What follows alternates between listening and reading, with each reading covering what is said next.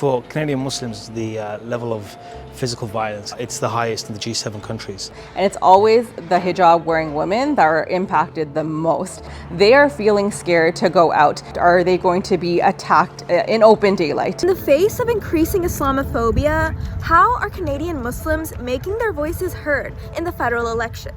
Here's what a few organizations told TRT World. There has been a general sense of apathy and fear as well that has sort of taken root. But for us, it's important to obviously take our power back. And the way to do that is to get involved, is to be at the ballot box.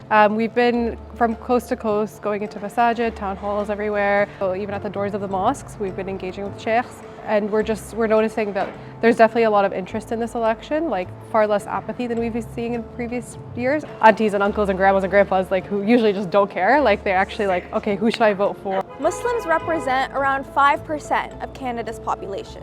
This election season, community organizers endorsed candidates, assessed the platforms of each party, and encouraged Muslim Canadians to engage civically unlike ever before. Our community managed to organize, lobby, get together with very clear commitment to justice and human rights. And I think our community is making a clear political statement that their voices are going to be included and it will never be taken for granted or ignored anymore. Community organizers say the main political parties have refused to hear their concerns.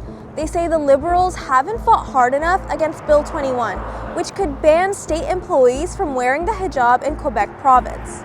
On the other hand, Conservatives are calling to follow in Donald Trump's lead and deport protesters who have been involved in pro-Palestine actions. The Conservative Party actually put out a really disgusting ad, and they targeted the Muslim community. And it's really disappointing to see that, because that feeds into anti-Muslim hate. And it leads to incidences like the London, Ontario attack where a family was killed. There's been more deaths in Canada as a result of Islamophobia than there have been in the US.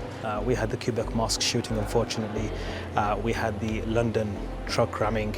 We have incidents almost weekly. In recent years, Muslims have faced an unprecedented wave of attacks here in Canada. Several anti-Islam terror attacks have taken place, and just last month, a hijabi student was almost set on fire in a public library. I think as a big bearded brown man, I do feel safe. However, that's not the case for everyone. Just a few weeks ago, a girl taking the Ottawa Transit, her hijab was pulled off. And as the only national advocacy organization in Canada that's run by hijabi Muslim women, my expectation is that these parties get in touch with the Muslim Advisory Council of Canada, because we will not stand down. There's a lot of Muslims who feel disenfranchised and disengaged. They feel it's hopeless. But it's absolutely not an option for us as a community.